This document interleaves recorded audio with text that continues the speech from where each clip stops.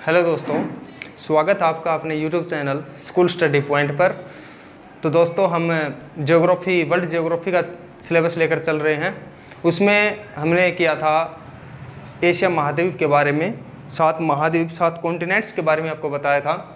तो हमने सबसे पहले एशिया महाद्वीप के बारे में बात कर रहे थे हम वहाँ पे। तो आज हम एशिया महाद्वीप का पार्ट 2 लेकर आए हैं। तो आगे आज हम करेंगे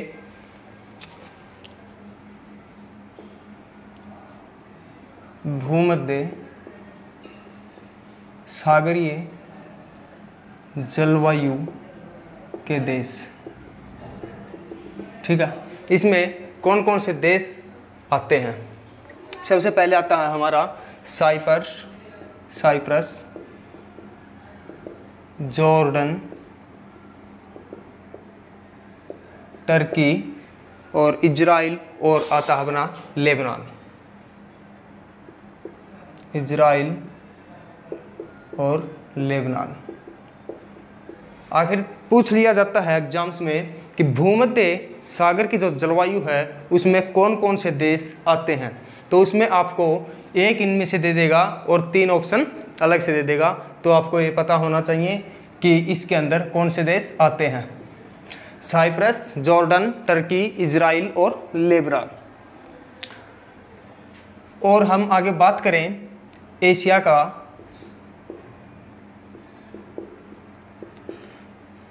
सबसे ज़्यादा जो जल विद्युत परियोजना है, जल विद्युत परियोजना एशिया के जापान में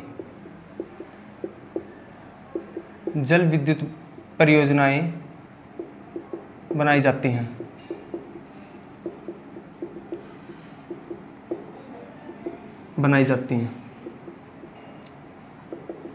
और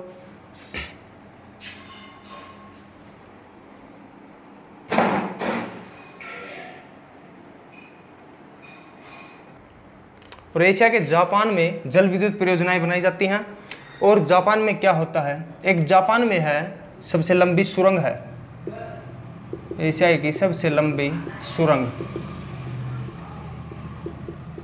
जिसका नाम है सिक्कन, जो 53.85 किलोमीटर लंबी है। और इसकी गहराई की बात करें, ये समुद्र तल से 240 मीटर गहरी है। ठीक है दोस्तों। और जापान में ही सबसे ज़्यादा जलयान बनाए जाते हैं।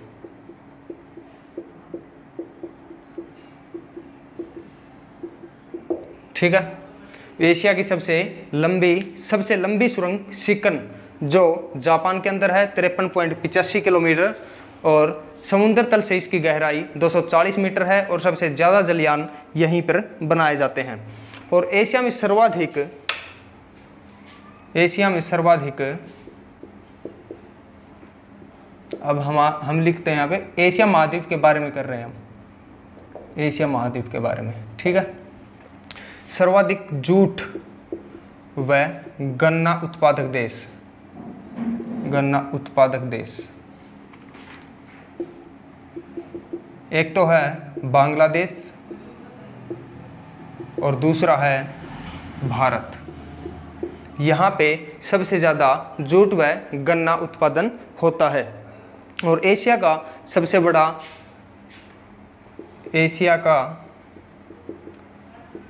बड़ा रेल मार्ग ट्रांस साइबेरियन है। एशिया का सबसे बड़ा रेल मार्ग साइबेरियन रेल मार्ग है। और ये जाता है लेनिनग्राड से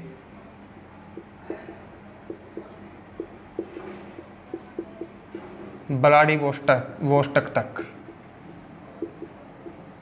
ठीक है, जो इसकी हम लंबाई की बात करें, ये है 9438 किलोमीटर। 9438 किलोमीटर इस रेल मार्ग की लंबाई है। और एशिया का सबसे बड़ा एशिया का सबसे बड़ा रबड़ उत्पादक की बात करें तो इसमें आते हैं, सबसे पहले नंबर पर आता है हमारा टॉप में थाईलैंड, मलेशिया और इंडोनेशिया।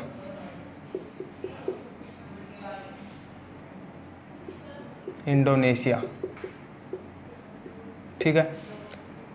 और बात करें हम सबसे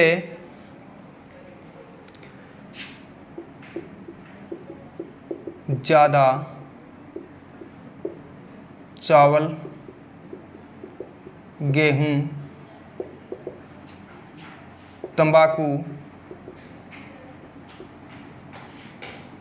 चाय सबसे ज़्यादा होती है चीन के अंदर। चीन के अंदर सबसे ज़्यादा चावल, गेहूं, तंबाकू और चावल, गेहूं, तंबाकू और चाय चीन के अंदर होती है। जापान वालों को एक बात यहाँ पे नोट करना, जापान वालों को चाय बहुत पसंद है, चाय पसंद करते हैं। इसके लिए वो एक त्यौहार बनाते हैं, चा नू यू। ये जापान के लोग एक त्यौहार बनाते हैं, चा नू यू। आगे बात करें हम, इसमें सबसे ज़्यादा एशिया का जो सबसे ज़्यादा गर्म स्थान है, सबसे ज़्यादा गर्म स्थान है हमारा बरखोयानसक। बरखोयानसक जो पड़ता है पाकिस्तान में, ठीक है। और सबसे ज़्यादा ठंडा स्थान पड़ता है हमारा साइबेरिया, जो है रूस के अंदर, ठीक है। ये सबसे ज़्यादा ठंडा स्थान माना गया है और इसको एक नाम दिया गया है शीत ध्रुव। शीत ध्रुव, ठीक है। तो सबसे बड़ा रबड़ उत्पादक हो गया हमारा थाईलैंड, मलेशिया और इंडोनेशिया। थाईलैंड इसमें सबसे ज़्यादा मान्यता प्रदान करता है और सबसे ज़्यादा चावल, गेहूं, तंबाकू, चाय चीन के अंदर होती है। और सबसे ज़्यादा जो गर्म स्थान है एशिया का वो है बरखोयानसक जो पाकिस्तान में है। और सबसे ज़्यादा ठंडा स्थान है साइबेरिया जो रूस के अंदर पड़ता है। और जापान में एक बात और नोट करना आप, जापान में रेशम उत्पादन होता है, रेशम उत्पादन, ठीक है। रेशम उत्पादन जापान में सबसे ज़्यादा होता है। और एक मलेशिया का शहर है इपोह जो टीन खनन के अंदर है। तो सबसे ज़्यादा टीन मलेशिया के इपोह में होता है। जो लाल सागर है, लाल सागर और भूमध्य सागर को जोड़ने वाली जो नहर है उसका नाम है सवेज नहर, जो विश्व की सबसे लंबी नहर है। लाल सागर और भूमध्य सागर को जोड़ने वाली नहर है सवेज नहर। और विश्व का सबसे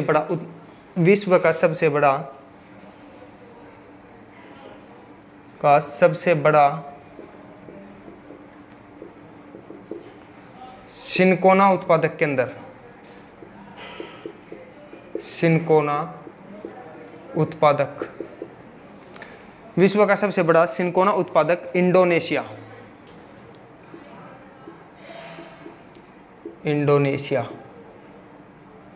ठीक है। सिनकोना से कुनैन बनाई जाती है जो मलेरिया की दवा में काम आती है, मलेरिया की दवा में काम आती है, ठीक है। और एशिया में जो आर्कटिक महासागर और प्रशांत महासागर है, आर्कटिक महासागर व प्रशांत महासागर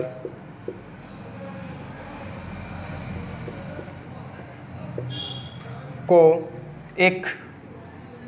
दोनों को जोड़ती है, जिसका नाम है, एक जलडमरू मध्य जोड़ता है, एक संधि है बेरिंग जलडमरू मध्य या बेरिंग जल संधि।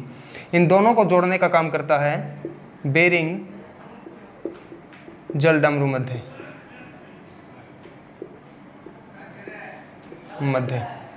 ये बेरिंग जल संधि भी बोलते हैं। बेरिंग जल संधि अंतरराष्ट्रीय तिथि रेखा के समान है।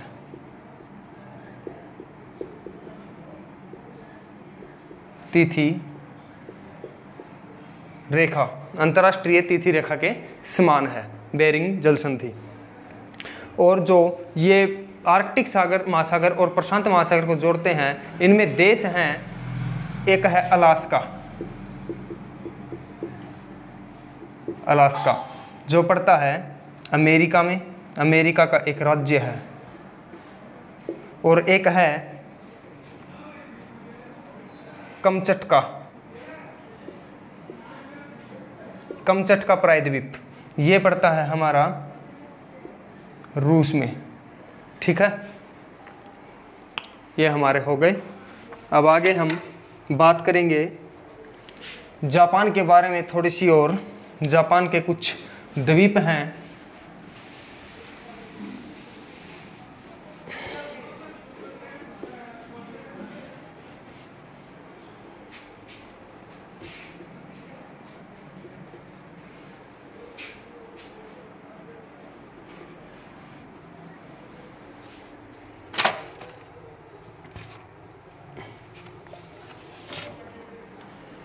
जापान का एक द्वीप जिसका नाम है क्यूशू द्वीप, इसके ऊपर नागासाकी शहर बसा हुआ है। याद आया नागासाकी शहर के बारे में? नागासाकी शहर बसा हुआ है जहाँ पर अमेरिका ने परमाणु बम गिराए थे। और एक है इसका होन्शु द्वीप, जिस पे भी बसा है हिरोशिमा। हिरोशिमा, इसके 4 द्वीप हैं। और एक है शिकोकू द्वीप, शिकोकू। और चौथा है होकाइडो, होकाइडो द्वीप। ये चारों द्वीप जापान के हैं। ठीक है। और जनसंख्या के हिसाब से जो जापान की राजधानी है टोक्यो, टोक्यो, वो जनसंख्या के हिसाब से देखे जाए, जनसंख्या के हिसाब से एशिया की सबसे बड़ी कैपिटल या राजधानी, कैपिटल टोक्यो है। ठीक है, ये जापान के बारे में कुछ बातें रह गई थी। अब आगे हम बात करें विश्व में जो सिंचाई नहर है, सिंचाई की नहरें, विश्व में सिंचाई नहरों का जाल कहाँ पे बिछा हुआ है? पाकिस्तान के अंदर। पाकिस्तान के अंदर सबसे ज़्यादा नहरें हैं। विश्व में सिंचाई नहरों का जाल पाकिस्तान के अंदर है। और म्यांमार जो है,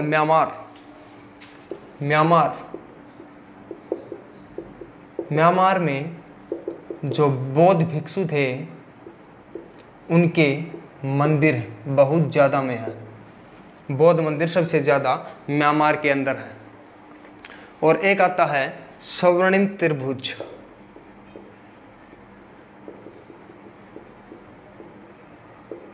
स्वर्णिम त्रिभुज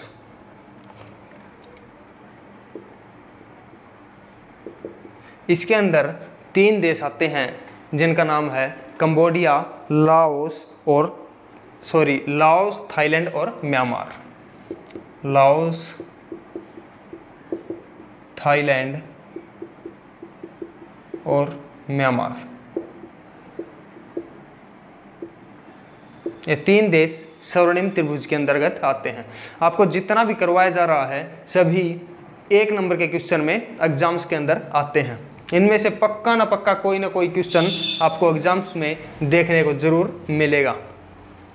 और सबसे जो प्राचीन मानव सभ्यता है, प्राचीन मानव सभ्यता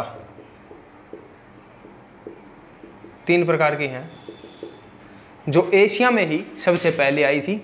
एशिया में सबसे पहले या इसी महाद्वीप पर इनका जन्म स्थान माना जाता है। प्राचीन मानव सभ्यता है ये, मानव सभ्यता। पीछे एक क्वेश्चन आया था, आईटीबीपी का एग्जाम था एनिमल ट्रांसपोर्ट का, उसके अंदर आया था इन निम्न में से कौन सी एक मानव सभ्यता है। तो उसके अंदर 3 ऑप्शन अलग दे रखे थे और एक ऑप्शन दे रखा था सुमेर। तो पहली मानव सभ्यता है सुमेर मानव सभ्यता और दूसरी भारतीय मानव सभ्यता, भारतीय मानव सभ्यता। ठीक है। और एक तीसरी हमारी है चीनी सभ्यता, क्योंकि चीन में भी सबसे पहले आई थी और चीन हमारा पड़ता है एशिया महाद्वीप में। ये 3 सभ्यताएं प्राचीन मानव सभ्यता में आती हैं। और जो रूस का भाग है, रूस का 3/4 भाग एशिया में ही स्थित है। ठीक है। और 1/4 भाग है वो यूरोप में है। ओके। अब आगे हम बात करें इंडोनेशिया की।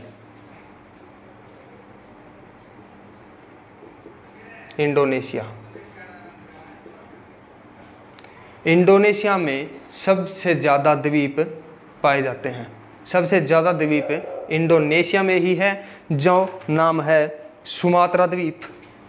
मैं बताता हूँ जो एग्जाम में आते हैं। सुमात्रा, जावा, बाली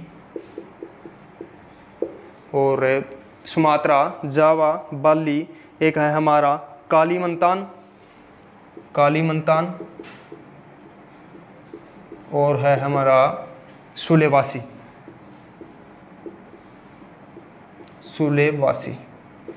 ये इंडोनेशिया के द्वीप हैं।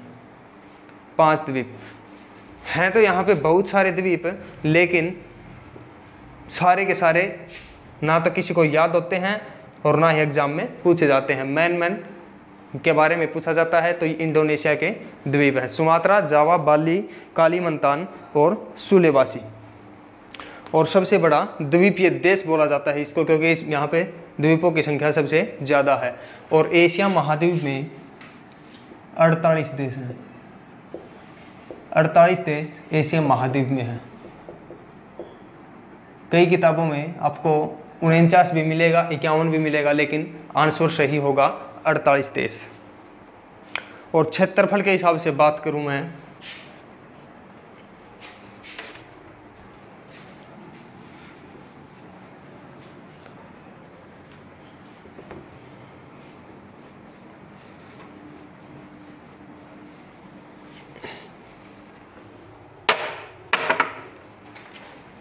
क्षेत्रफल के हिसाब से बात करूं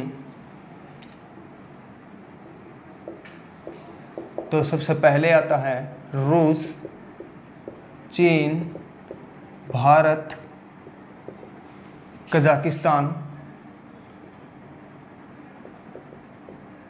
और सऊदी अरब। अब बात करें हम जनसंख्या के हिसाब से, तो जनसंख्या के हिसाब से सबसे बड़ा देश चीन, फिर भारत, इंडोनेशिया,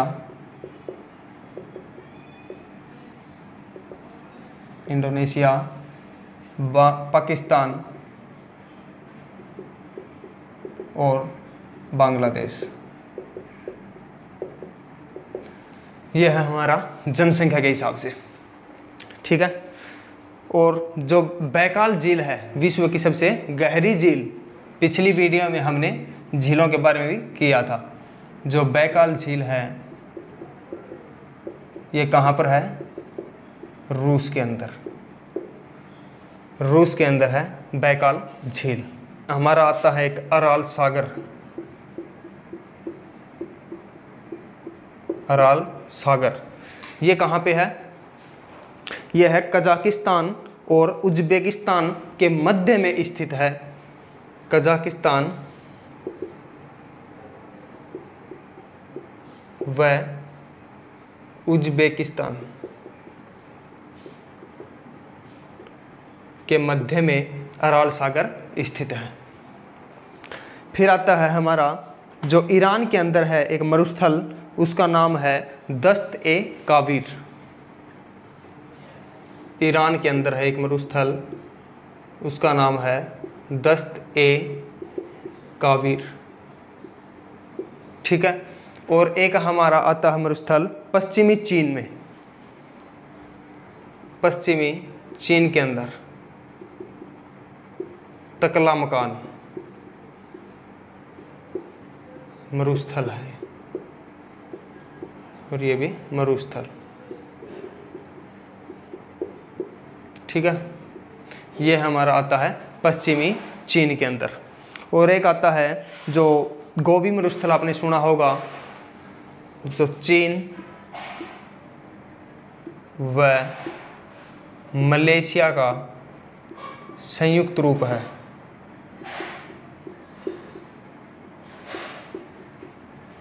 जिसका नाम है गोबी मरुस्थल।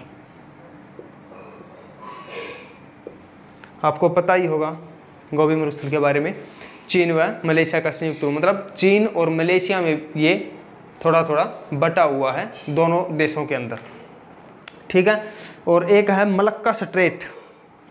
मलक्का स्ट्रेट के बारे में बताऊं आपको। स्ट्रेट क्या होता है? जो दो बड़ी जल राशियों को जोड़ती है।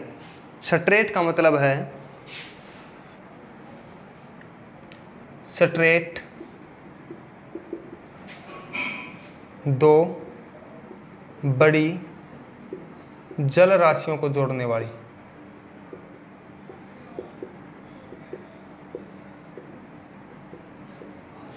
दो बड़ी जल राशियों को जोड़ने वाली होती है स्ट्रेट।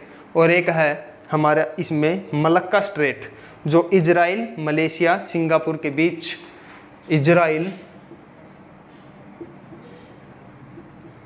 मलेशिया